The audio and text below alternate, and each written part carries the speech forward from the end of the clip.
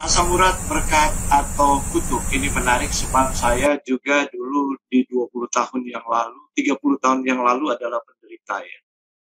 Jadi saya tahu betul. Jadi kemudian saya mendalaminya dan pada akhirnya setelah belajar nutrisi molekuler, belajar herbal medicine, saya kemudian memahami bahwa asam urat ini bisa menjadi berkat dan bisa juga menjadi kutuk. Oke, baik kita lanjut. Asam urat adalah senyawa yang sukar larut dalam air yang merupakan hasil akhir dari metabolisme purin. Nah, pembentukan asam urat ini berasal dari dua rute, ya, yakni melalui asupan makanan yang tinggi purin dan melalui biosintesis. Nah, jadi produksi endogen dari purin itu dapat dipercepat. Endogen itu di dalam tubuh dapat dipercepat dengan aktivitas sintesis yang dari fosforibosil pirofosfat dan juga defek pada enzim pengatur hiposantin namanya fosforibosil transferase. Ini adalah istilah-istilah medis ya. Dan kita dengar aja dulu ya, sebab ini tidak bisa terlalu disederhanakan. Nah, secara alamiah purin ini terdapat dalam tubuh kita, termasuk hasil samping dari pemecahan sel dalam darah dan daur ulang protein jaringan. Purin dihasilkan dari hasil perusakan sel-sel tubuh yang terjadi secara normal atau karena penyakit tertentu. Purin juga dijumpai pada semua makanan dari sel hidup, karena setiap sel punya nukleoprotein, jadi protein di dalam inti, maka hampir mustahil ada makanan tanpa purin. Nah, ini yang harus kita pahami ya. Sehingga kita bisa melihat di sini bahwa asam urat ini adalah memang metabolisme normal di dalam tubuh manusia. Sebenarnya ini bukan kutuk ya. Karena bayangkan aja, setiap makhluk hidup itu punya nukleoprotein. Setiap sel hidup ya. Dan juga purin itu dihasilkan dari perusakan sel-sel tubuh. Apakah secara normal misalnya kita berolahraga, kita menggunakan otot kita, pasti dong sel ada yang rusak, kemudian ada yang dibentuk kembali. Itu akan membuat purin beredar di dalam darah. Ya. Atau karena penyakit tertentu, misalnya sering orang diabetes, asam urat meningkat. Orang penyakit kanker, asam urat meningkat. Purin ini akan diubah, ini dia punya metabolisme ya. Purin ini akan diubah menjadi hiposantin namanya, kemudian menjadi santin, dan akhirnya menjadi asam urat.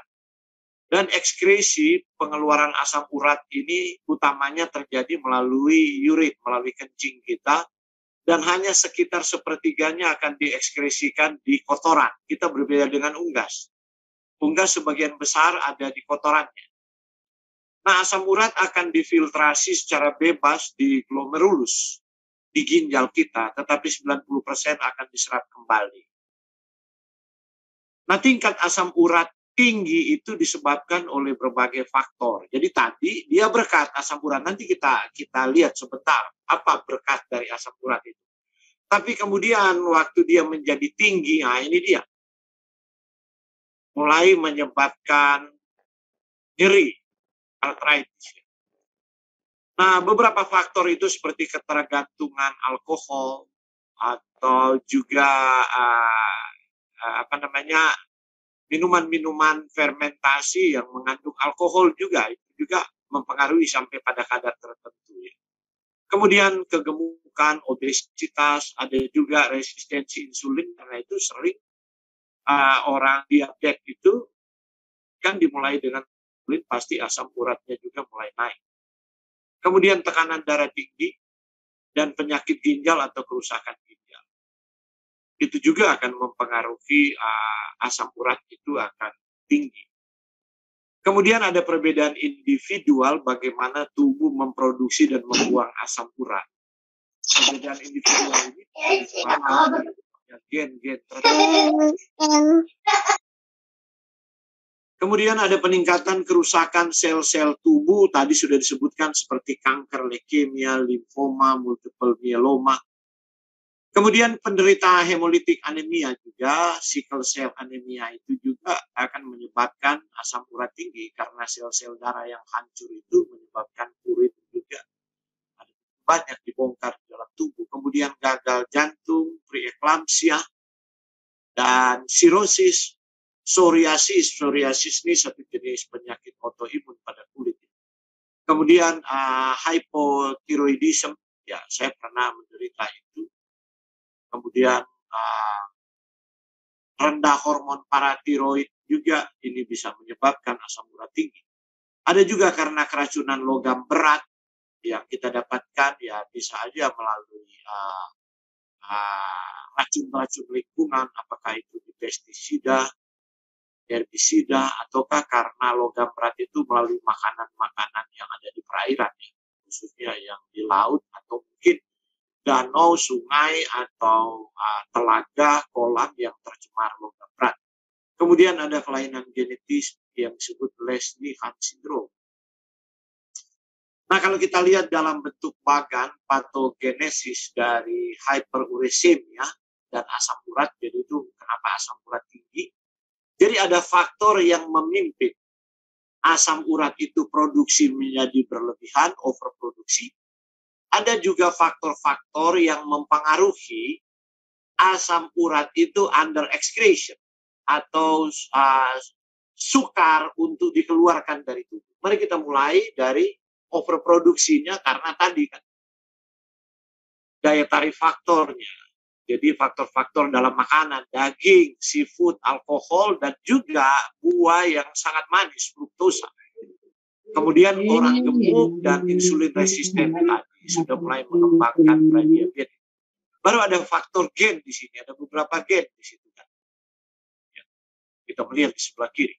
Baru kemudian sudah tinggi dia produksi berlebihan, ada juga faktor yang mempengaruhi dia setengah mati dibuang under excretion, yaitu karena masalah insufisiensi, ya, fungsi ginjal mulai menurun, renal insufisiensi, ya. Kemudian penyakit darah tinggi. Jadi kegemukan di awal dan di akhir itu mempengaruhi. Orang gemuk membuat asam urat overproduction, kemudian orang gemuk juga membuat asam urat itu under excretion. Jadi kegemukan itu memang problem besar bagi asam urat ini. Kemudian apalagi gemuk dan kemudian sudah menderita insulin resisten. Nah itu dia. Dia akan membuat overproduction dan kemudian under excretion. Kemudian ada juga faktor-faktor gen. Nah, kalau khusus untuk orang Sulawesi Utara, sebagian dari populasi itu memang secara genetik menyebabkan hyperuricemia. Tapi kita dapat mengendalikan sejauh mungkin itu melalui dietary factor. Kalau kita sudah tahu, kita bawa gen itu. Tapi banyak orang kan berpikir, mungkin ya, yang penting saya minum obat. Saya rutin konsumsi obatnya. Tidak perlu berpantang. Nah, ini yang membuat asam urat dari berkat menjadi putih. Oke, kita lanjut. Penyakit asam urat ini jenis radang sendi yang dipicu antara interaksi antara kristal dan monosodium urat. Kristal monosodium urat maksudnya dan jaringan, ya. Nah, selama katabolisme purin oleh enzim santin oksidase tadi yang kita sudah bicarakan, dia mengkatalisis hidroksilasi oksidatif hiposantin menjadi santin, menjadi asam urat, menyebabkan peradangan yang menyakitkan karena dia kristal-kristal ini seperti jarum dan kalau dia menumpuk memang, waduh, kita perhatikan di gambar itu sudah menjadi topi. Nah, gejala yang dirasakan penderita, keluhan paling sering di persendian, sakit di tumit, di ujung jari kaki, Dan kalau sudah parah, penderita tidak dapat berjalan karena daerah sekitar persendian kaki, misalnya mata kaki itu membengkak. Nah inilah asam urat itu menjadi kutuk kalau sudah demikian. Mari kita lihat asam urat itu nilai-nilainya yang normal dan kita bisa memprediksinya. Kalau kemudian kita mulai nyeri-nyeri, sudah mulai nyeri ya, pergi periksa kadar asam urat. Kalau pria itu 3,4 sampai 7, wanita 2,4 sampai 6, dan anak-anak 2 sampai 5,5. Kalau di sebelah kanan itu standar yang dipakai di negara-negara Amerika, Commonwealth menggunakan itu. Kita di Indonesia pakai ini, miligram per desiliter. Nah, mari kita lihat ada perbedaan pria dan wanita. Wanita maksimalnya 6,5 sudah hyperuresemia ya. Kemudian pria nanti 7, begitu, 7 lebih. Anak-anak 5, jadi kalau kita lihat di sini bahwa tubuh manusia secara alamiah memproduksi asam urat yang kita sudah bahas tadi di awalnya. Nah, kemudian saya mempelajari ini, kalau tubuh memproduksi asam urat, kenapa Tuhan suruh bikin? Apa alasannya tubuh memproduksi asam urat? Ternyata ini berkat. Dalam bahasa yang saya sangat sederhanakan begini, namanya masih manusia, tubuh akan membuat asam urat kecuali kita sudah mati. Jadi asam urat pada batas normal itu adalah berkat. Bukan kutuk ya. Mari kita lihat asam urat itu sebagai antioksidan. Pada primata yang lebih tinggi, termasuk manusia, ini kan secara biologis adalah primata yang tinggi ya. Ini sudah hilang ini enzim urikase yang mempengaruhi konversi asam urat itu. Tapi kalau pada unggas enggak, dia cuma pup aja asam urat itu. Karena itu kita lihat kadang-kadang kotoran unggas itu, ayam, bebek itu seperti ada kapur-kapur gitu, kristal. Kemudian tidak mampu mensintesis askorbat, vitamin C. Ini primata yang lebih tinggi mulai dari kera sampai manusia ini. Kita tidak mampu membuat vitamin C sendiri di tubuh kita. Dia harus masuk dari luar, makan buah, itu yang paling utama, dan sayuran. Ya, buah lebih tinggi dari sayuran. Mari kita pelajari ini. Karena kita tidak mampu mensintesis vitamin C. Perhatikan ini. Ini yang menyebabkan asam urat itu meningkat jika pekerjaan vitamin C itu diganti oleh asam urat sebagai antioksidan. Nah, pembentukan asam urat ini sebagian untuk menggantikan peran asam askorbat atau vitamin C. Jadi kita bisa mengerti di sini kalau Anda jarang makan sayur dan makan buah yang kandungan vitamin C-nya tinggi, kemudian status antioksidan itu rendah untuk tugas vitamin C. Ya, dia vitamin C bertugas untuk memberikan elektron kepada radikal bebas supaya radikal bebas itu di-quenching, dipuaskan. Sehingga radikal bebas itu tidak merusak kita punya sel dan jaringan. Maka kita harus konsumsi vitamin C untuk memberikan elektron yang menjadi donor elektron. Kalau tidak, tubuh akan menaikkan asam urat. Tuhan sudah atur demikian. Jadi Tuhan buat asam urat itu menjadi antioksidan, tapi kalau dia semakin meningkat itu juga jadi peringatan ada yang salah dari pola hidup kita. Ada yang salah dari pola makan kita. Ini luar biasa sekali. Jadi ada ketegangan antara berkat dan kutuk. Jadi orang yang orientasinya hanya obat, jadi tunggu burung terbang kemudian ditembak, nah itu dia. Tidak pernah selesai seumur hidup asam urat. Karena dia tidak mengerti bahwa asam urat itu berada dalam ketegangan antara berkat dan kutuk. Kapan dia menjadi berkat, kapan dia menjadi kutuk. Manusia punya hak pilih. Power of choice. Kita harus memilihnya. Jika kita memilih itu menjadi kutuk, berdoa dengan cara apapun, menjadi setia dengan iman kita dengan cara apapun, tetap asam urat itu tinggi dan menyebabkan nyeri. Ini juga peringatan saya kepada pendeta-pendeta yang suka anointing. Dan kepada nabi-nabi kesembuhan, tidak ada setan asam urat yang bisa ditengking. Gitu loh. Yang ada adalah setan selera yang harus dijaga. Pola hidup itu harus dipelajari. Ini paradoks asam urat. Karena ada dalam ketegangan antara berkat dan kutuk. Kenaikan asam urat itu sebenarnya respons protektif. Di plasma dia menjadi antioksidan, tapi di dalam sel dia menjadi prooksidan. Ini dia. Ketegangan antara berkat dan kutuk. Jadi waktu begitu banyak radikal bebas di plasma, maka asam urat itu naik sebagai antioksidan untuk menggantikan status vitamin C yang kurang. Karena kita kurang makan buah dan sayuran. Lebih senang makan protein, daging, ikan, dan sebagainya. Apalagi daging red meat. Anda mau doain daging itu dan Anda tidak mau makan buah, Anda mau tengking itu, saya mau sampaikan ini secara alamiah, itu pembohongan publik. Ya.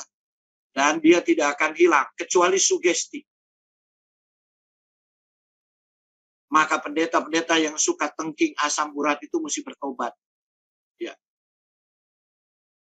Itu telah melecehkan berita Injil. Nah, jadi asam urat ini adalah antioksidan yang sangat kuat dan agen produksi yang sangat kuat. Dia donor elektron. Nah, asam askorbat dan asam urat ini adalah donor-donor elektron, pemulung oksigen tunggal dan radikal. Pada manusia, lebih dari setengah kapasitas antioksidan plasma darah berasal dari asam urat. Luar biasa nggak Tuhan bikin? Karena ada kemungkinan sel darah merah bisa rusak, hemoglobin bisa rusak, dan bisa menyebabkan penyakit yang bisa membunuh kita. Maka Tuhan buat mekanisme penghancuran sel atau jaringan dalam rangka pertumbuhan normal harus menghasilkan asam urat. Lihat ini logikanya Tuhan. Agar supaya asam urat ini, sisa dari metabolisme ini, menjadi antioksidan. Jadi inilah berkat. Kita harus memahaminya seperti ini. Tapi kita terlalu sering menganggap ini kutuk dan harus ditengking oleh pendeta-pendeta dan nabi-nabi kesembuhan. Yang saya katakan ini adalah Injil konyol yang diperjualbelikan. Nah, tingkat asam urat plasma pada manusia bayangkan. 300 mikromol, jauh lebih tinggi dari tingkat asam askorbat. Karena Tuhan tahu manusia tidak mensintesis vitamin C. Maka Tuhan suruh makan buah di Taman Eden. Oke? Ini saya mau buat, jadi saya mau lihat dalam perspektif sains apa yang dituliskan oleh firman Tuhan. Agar supaya kita mengerti, Tuhan itu sangat logis. Dan argumentasi Tuhan ini nggak bisa dibantah. Jadi bukan hanya percaya dengan membabi buta. Yes dan amin. Bukan begitu. Oke, Anda bisa baca referensi ini. Saya cantumkan di bawah. Nah, pada konsentrasi fisiologis diperlukan oleh tubuh, asam urat itu mengurangi. Konsentrasi fisiologis sekali lagi ya, 300 mikromol. Asam urat itu, yang tadi kalau pada pria antara 3,5 sampai 7, itu konsentrasi fisiologis. Yang Tuhan kehendaki untuk apa? Mencegah oksida oksoheme yang dibentuk oleh reaksi peroksida dengan hemoglobin yang menghancurkan kita punya HB. Kalau HB kita hancur, mati kita. Jadi Tuhan kasih berkat yaitu asam urat, tapi pada pria harus 3,5 sampai 7. Pada wanita maksimal 6. Kenapa dia jadi tinggi? Karena mulut kita itu persoalan. Selera kita, berkat kita ubah menjadi kutuk. Jadi jangan tengking lagi, jangan didoain lagi asam urat. Yang perlu bertobat. Kalau enggak itu Injil konyol. Doa konyol. 20 tahun aja didoain Tuhan enggak dengar kok. Orang masih berdoa juga terus-terusan. asam urat. Melindungi eritrosit, kedua, sel darah merah. Kalau tadi HB-nya, hemoglobin. Kedua, melindungi eritrosit, sel darah merah terhadap peroksidasi lipid. Nah, ini dia pemakan gorengan. Menyebabkan lemak teroksidasi. Peroksidasi lipid.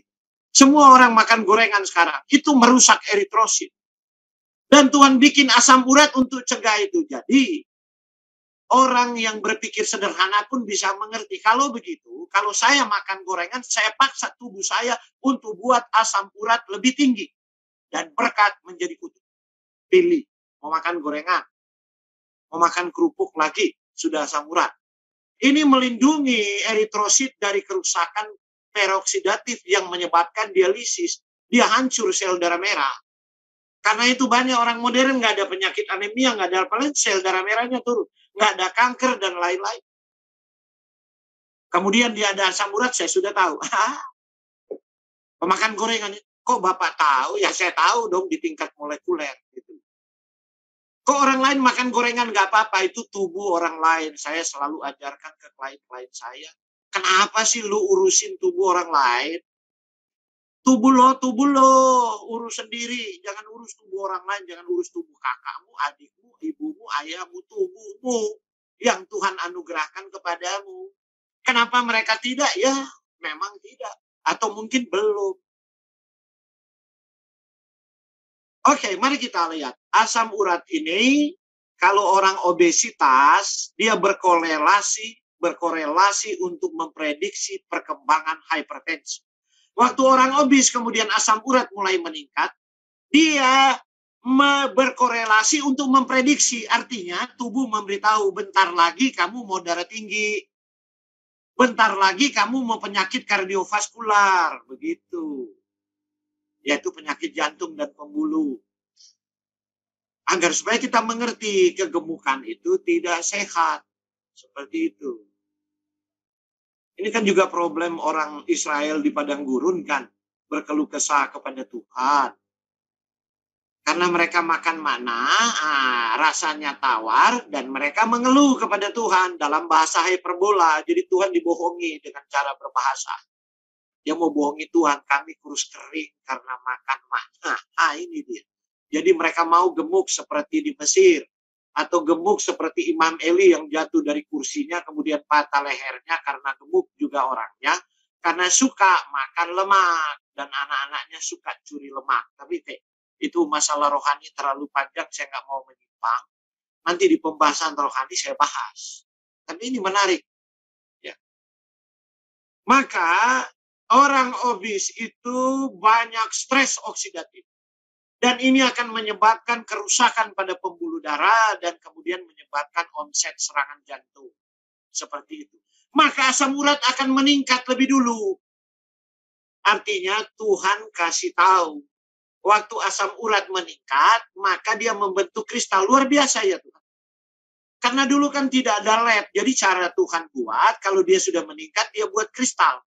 Karena dia sukar larut di air. Dia buat kristal supaya dia tusuk persendian, supaya nyeri, supaya orang sadar. Ini dia, teologi of pain. Mengapa nyeri itu ada dalam realitas dosa. Menarik nggak? Menarik. Nah, pembentukan batu ginjal asam urat. Nah, kalau orang juga nggak mau kapok-kapok, dia pikir yang penting ada obat, asam urat minum aja obat. Nanti kalau ginjal sudah hancur, baru dia menyerah. Jika urin kita terlalu asam, karena makan daging juga terlalu mengasamkan urin dan tinggi protein. Kalau kita makan sayur dan buah itu membuat urin agak basah. Tidak terlalu asam. Ya. Nah, urin yang sangat asam membuat asam urat menjadi sangat sukar larut. Maka kalau dia mengkristal, dia bertemu, membentuk misalnya ada kalsium, di sana ada oksalat, bisa kemudian menjadi batu. Nah, prevalensi tinggi urin asam ini dan pembentukan batu urat bisa terlihat pada orang-orang diabetes. Sebagian orang diabetes mengalami. Oke. Kita lanjut. Bagaimana mengatasi asam urat? Saya pernah kaki bengkak umur masih 26 tahun sampai umur 30-an. Sampai cepatu pecah-pecah ujungnya. Pernah begini saya. Jadi tahu betul. Karena itu saya menghabiskan banyak waktu untuk mendalami ini. Membaca berbagai jurnal untuk menyembuhkan diri saya sendiri dan saya berbagi untuk hal ini. Jadi hal yang pertama untuk mengatasi asam urat tentunya pembatasan urin. Karena kita sudah pelajari tadi, urin ini kalau terlalu banyak inilah biang keladinya jadi hyperuricemia. Nah, apabila terjadi pembengkakan sendi, kita harus batasi asupan urin hanya 100 sampai 150 mg urin per hari. Sementara diet normal kita ada di rentang 600 sampai 1000 per hari. Nah, orang yang belum bengkak dan asam uratnya normal, nggak ada masalah 600 sampai 1000. Tapi kalau orang sudah asam urat dan sudah mulai nyeri, batasi 100 sampai 150. Kalau begitu, mari kita lihat. Ya. Yang berikut adalah rendah protein. Kalau sudah asam urat, turunkan itu protein. Berapa rendahnya? Sampai 0,8 gram per kilogram berat badan. Kalau Anda berat 50 kilo, 8 kali 5, 45 gram. 100 gram ikan rata-rata 20 gram protein. Berarti Anda hanya perlu sekitar 200 sampai 225 gram ikan. Itu berarti kalau ikan rata-rata 1 kilo 6 ekor, nah, kita sudah tahu berarti 1 ekor sekitar 150. Jangan lebih dari 2 ekor. Pagi-pagi udah makan 2 ekor ikan. Siang 1 ekor. Malam paling banyak. Kan orang suka makan malam paling banyak. Padahal dia mau tidur. Harusnya kan makan pagi yang paling banyak. Makan malam nggak butuh banyak kalori. Hanya untuk tidur. Tapi kan di dunia modern ini kan orang sering makan malam, pesta-pesta malam, menjamu malam hari. Ya senang-senang bahagia. Sementara ujung-ujungnya merusak kesehatan. Pembatasan protein ini sebab protein meningkatkan asam urat. Kalsium dan tingkat oksalat dalam urin mengurangi tingkat sitrat dan mengurangi tingkat sitrat ya. Nah, daya tinggi protein khususnya protein daging telah secara konsisten terkait dengan batu ginjal. Protein dari memiliki kandungan sulfur yang lebih tinggi menghasilkan lebih banyak asam dari protein nabati. Protein nabati itu dia punya as itu, debunya itu kalium. Jadi bersifat alkalin. Sementara protein nabati itu sulfur. Membuat urin, kencing kita terlalu asam, membuat ekskresi asam urat itu menjadi semakin lambat, semakin sukar. Mari kita lihat urin dalam makanan. Ikan-ikan Anda lihat herring, pike, trout, salmon itu rata-rata 70, 58, 63, halibut 123, sardin 144. Sardin hampir mentok. Redfish, ya itu 100. Makarel tanpa kulit, makarel itu jenis kembung layang, kembung banjar itu hanya 75, tapi kulitnya dibuang. Kalau dengan kulitnya dia jadi 167, kita perlukan 100 sampai 150 kalau makan ikan. Ikan herring cuma 79, ikan tuna 107, sol 55 itu ikan-ikan laut, itu ikan dangkal, ikan dasar. Orang Manado bilang ikan mangail ya. Plais itu 71, ikan kod 63. Mari kita lihat anchovy 108, ikan bou 100, kaviar telur 60.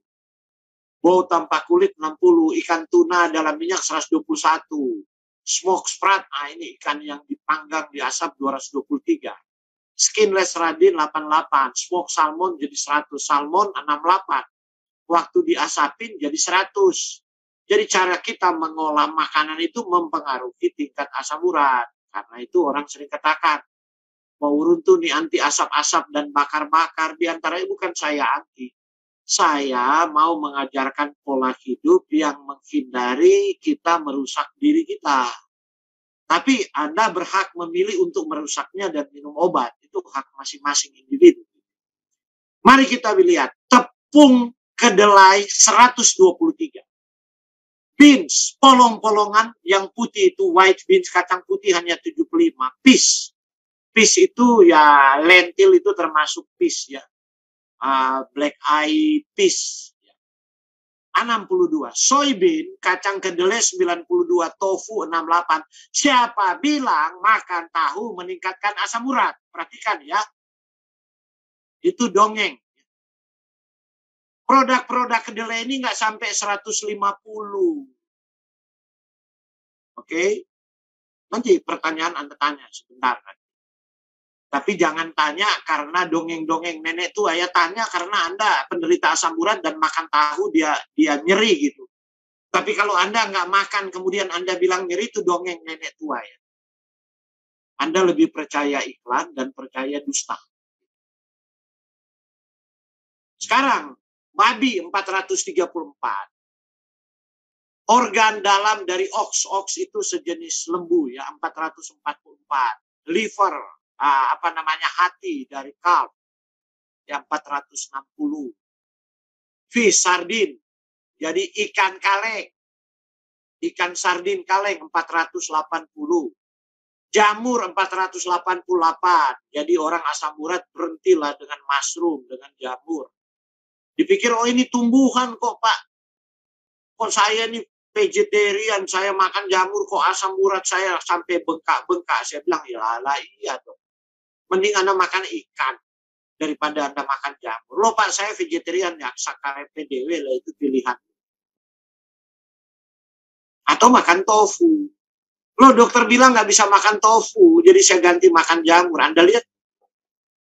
Karena itu saya bilang, ada orang hidup sehat itu dogmatis, bukan saintifik.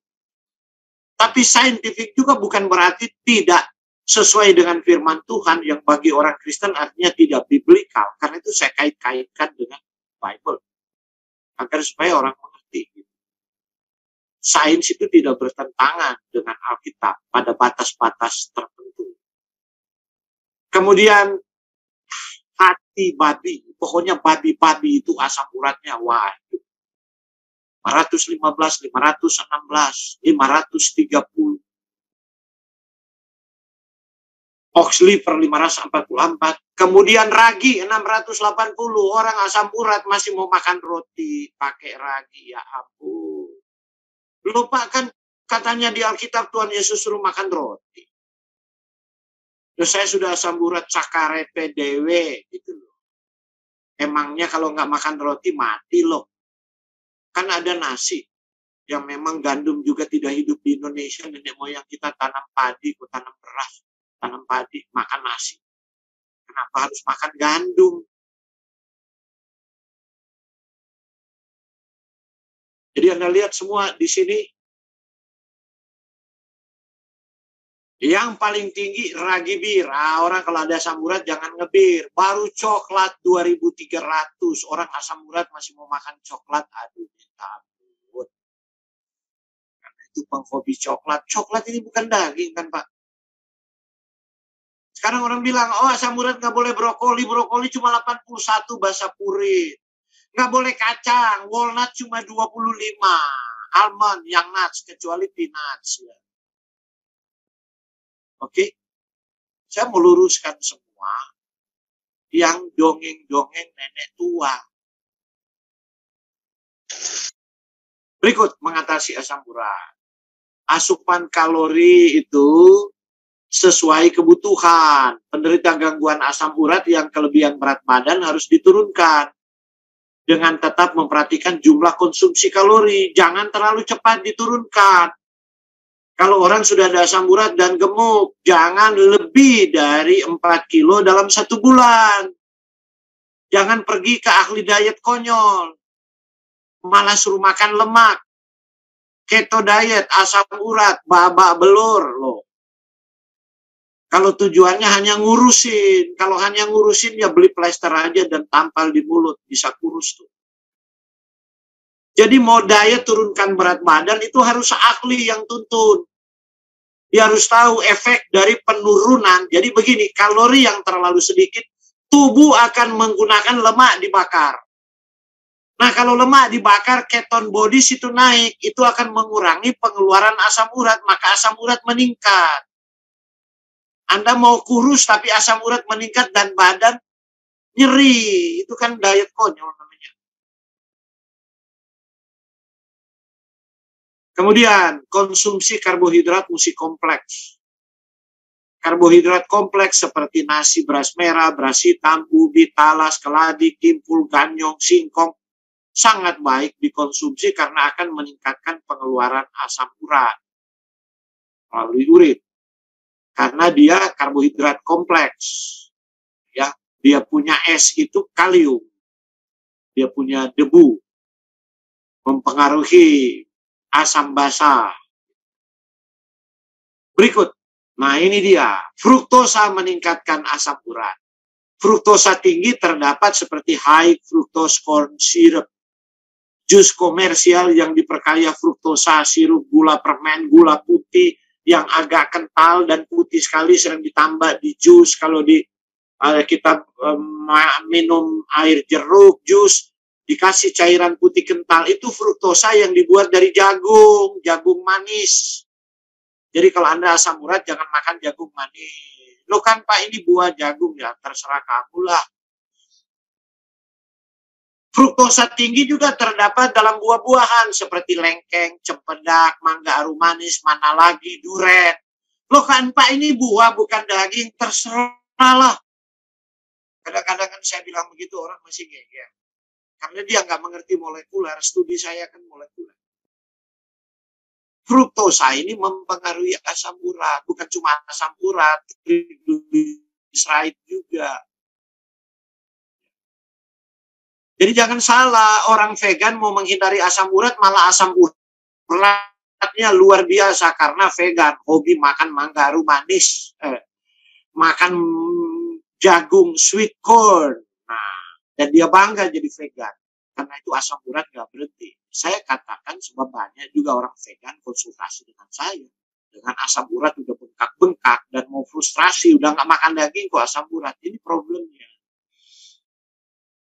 Berikut, konsumsi banyak sayuran. Sayuran membuat darah menjadi alkalin dan menurunkan keasaman darah, mendorong pembentukan asam urat tadi. Kecuali bayam, asparagus, kacang esis, dan kembang kol.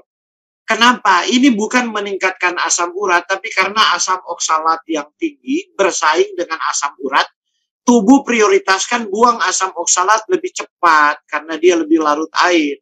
Maka asam urat yang tidak terbuang akan dikonversi menjadi kristal. Jadi itu sainsnya ya. Bayam tidak meningkatkan asam urat. Tapi dia bersaing. Nah, akhirnya meningkat juga. Tapi bayam bukan penyebab kausa primanya.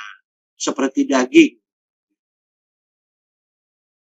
Baru rendah lemak. Nah tadi kan bahwa asam urat bertindak sebagai antioksidan untuk radikal bebas dari oksigen yang reaktif gitu, kekurangan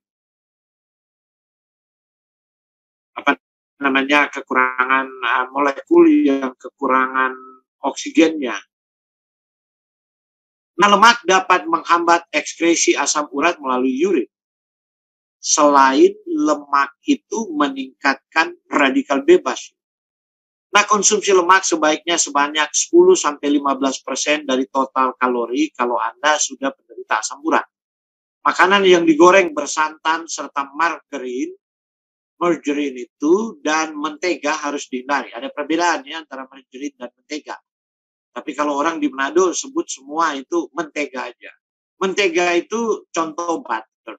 Itu dari lemak hewan. Dan margarin itu, nah saya nggak boleh sebut merek ya. Itu berasal dari lemak tumbuhan. Nggak ada kue, nggak ada roti, nggak pakai margarin, nggak pakai butter. Kalau orang sudah asam urat, ya dia harus sedapat mungkin menghindari ini. Jangan berkeluh kesah kepada Tuhan. Tuhan, saya sudah nggak makan daging loh Tuhan. Saya sudah vegetarian loh Tuhan. Kok asam urat saya tambah bengkak karena vegetarian suka makan cake. Ya, itu. Nggak makan daging, puasin diri makan cake, makan roti. Mending balik makan ikan lagi. Gantilah minyak makan dari lemak jenuh dengan minyak zaitun, dengan minyak jenis lain yang tinggi omega 9 atau tinggi MCT, medium chain triglyceride, yang ada pada virgin coconut oil atau langsung beli MCT-nya. Oke. Nah, ada catatan, fruktosa ini meningkatkan produksi asam urat tadi kan, dan lemak menurunkan kemampuan tubuh mengekspresikan asam urat.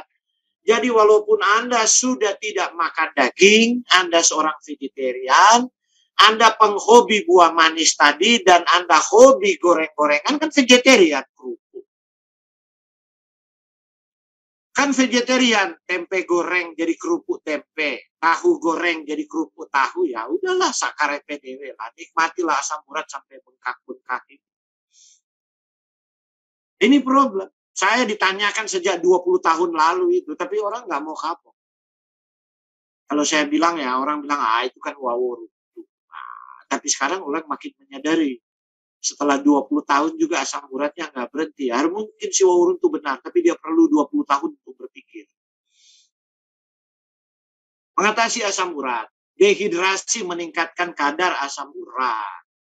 Karena itu harus banyak cairan. Asam urat sukar larut air. Tambah kita juga kurang minum air, ya udah ketemu itu. Meningkatkan resiko batu ginjal asam urat kalau kita kurang minum air.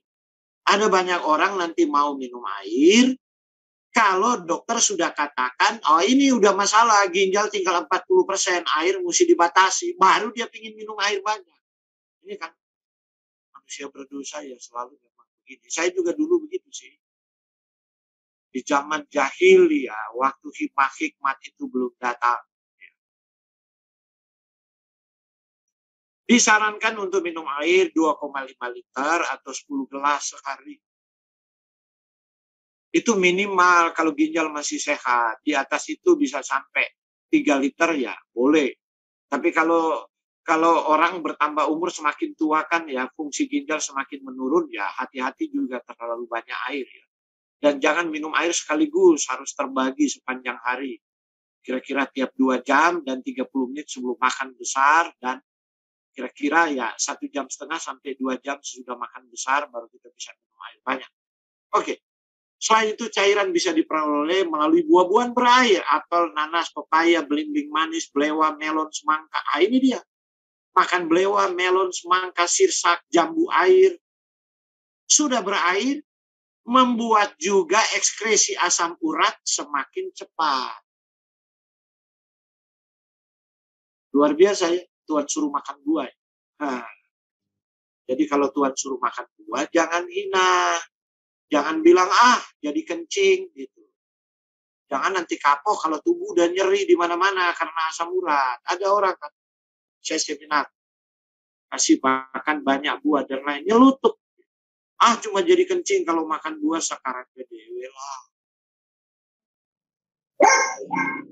Garam sodium meningkatkan jumlah kalsium dalam urin. Penderita batu kalsium harus membatasi asupan garam hingga 3 gram atau di bawahnya atau kurang per hari, pokoknya Anda tidak lemas. Sebab natrium ada di makanan. Kalau orang normal bisa sampai 4 gram. Ya. Di atas 5 gram berkorelasi dengan kanker tertentu kalau garam terlalu tinggi. Garam sodium juga dapat memicu pembentukan batu kalsium oksalat berulang-ulang di ginjal. Karena hal itu. Baru kemudian pembatasan oksalat pada hyperoksalaria. Sebagian besar makanan mengandung oksalat, dan oksalat ini penting bagi kesehatan. Membatasi oksalat mungkin sangat berbahaya kalau orang punya gangguan di usus, ada malabsorpsi. Karena itu pembatasan oksalatnya, makanan tinggi oksalat, contoh teh hitam. Nah itu dia. Orang sudah asam urat, jangan minum teh hitam, jangan coklat, jangan bit, peterseli, kedelai, lada, kulit jeruk, kacang-kacang, krokot, bayam. Nah itu dia. Ini oksalat-oksalat tinggi. Dia bukan penyebab asam urat, tapi oksalat tinggi tadi akan bersaing dengan asam urat dan tubuh akan membuang oksalat duluan. Asam urat dibiarin jadi kristal. Makanan sedang asam oksalat, blackberry, blueberry, black cherry, strawberry. Nah, ini buah-buah asam semua. Kulit lemon. Kalau tadi kulit jeruk nggak boleh, tapi kulit lemon bisa. Wortel, seledri, dandelion, endi, okra, bawang hijau, paprika, ubi jala. Nah, itu sedang oksalat. Jangan, jadi intinya begini sederhananya. Kalau asam urat jangan cari mangga harum manis. Jangan cari buah manis, cari buah asam. Karena itu orang bilang sih, wow runtuh kalau kasih protokol kok buah asam-asam terus. Karena saya lihat ada kanker, ada asam urat, ada diabetes, ada asam urat. Pak, nggak ada buah manis. Saya bilang terserah kalau Anda mau tambah buah manis. 3 minggu dia tambah mangga harum manis di beri-beri. Dia bilang, kok Pak saya nyeri lagi. Saya bilang, ya Anda seenaknya Anda sendiri. Anda dokternya atau saya dokternya? Nah, kadang-kadang ada orang sampai konyol seperti itu bikin saya kesel. Kok Pak ini buah asam semua? Nggak bisa sih saya kasih buah manis. Terserah kamu. Iya, kamu konsultasi dengan saya, tapi kamu jadi lebih pintar dari saya. Hindari gluten, grain dan starches itu yang biji-bijian dan tepung-tepungan yang mengandung gluten, wheat gandum, wheat germ kecambah gandum, rye, barley ini jali-jari, bulgur, kuskus, farina, graham flour, kamut, matso, samolina, spelt, triticale. Nah, di Indonesia sering nggak tulis-tulis itu, tapi kalau datang dari luar negeri, gabin, biskuit, mari, crackers, ditulis-tulis itu dia mengandung apa di dalam. Nah, yang free grain yang free gluten itu millet, quinoa, beras, cornmeal, whole grain, buckwheat, oat, tapi mesti make sure oat itu dia harus roll oat atau steel cut oat. Jangan makan yang oat siap saji nih, apa namanya? Oat cereal itu yang cuma siram-siram air panas. Kemudian sorghum, teff, amaranth, popcorn, cuma popcorn tadi kan kalau dari jagung manis, Montina. Oke, ini yang perbandingan Anda bisa lihat yang bebas gluten dan mengandung gluten. Mengatasi asam urat. Nah, ini dia. Ini jus populer. Ketimbang Anda repot-repot sarapan pagi, blender aja pepaya, masak pohon, bukan masak simpan-simpan lama, kemudian nanas, ya, kemudian apel Malang, raw beauty, atau apel Granny Smith, kemudian 10 atau 20 gram jahe merah, setahan-tahannya, 300 cc air minum, di blend semua, bukan di jus ya, di blender. Kalau ada flaxseed, Anda bisa tambah di situ atau chia seed yang sudah direndam air. Ini jadi sarapan pagi. Ini banyak mengoreksi asam urat.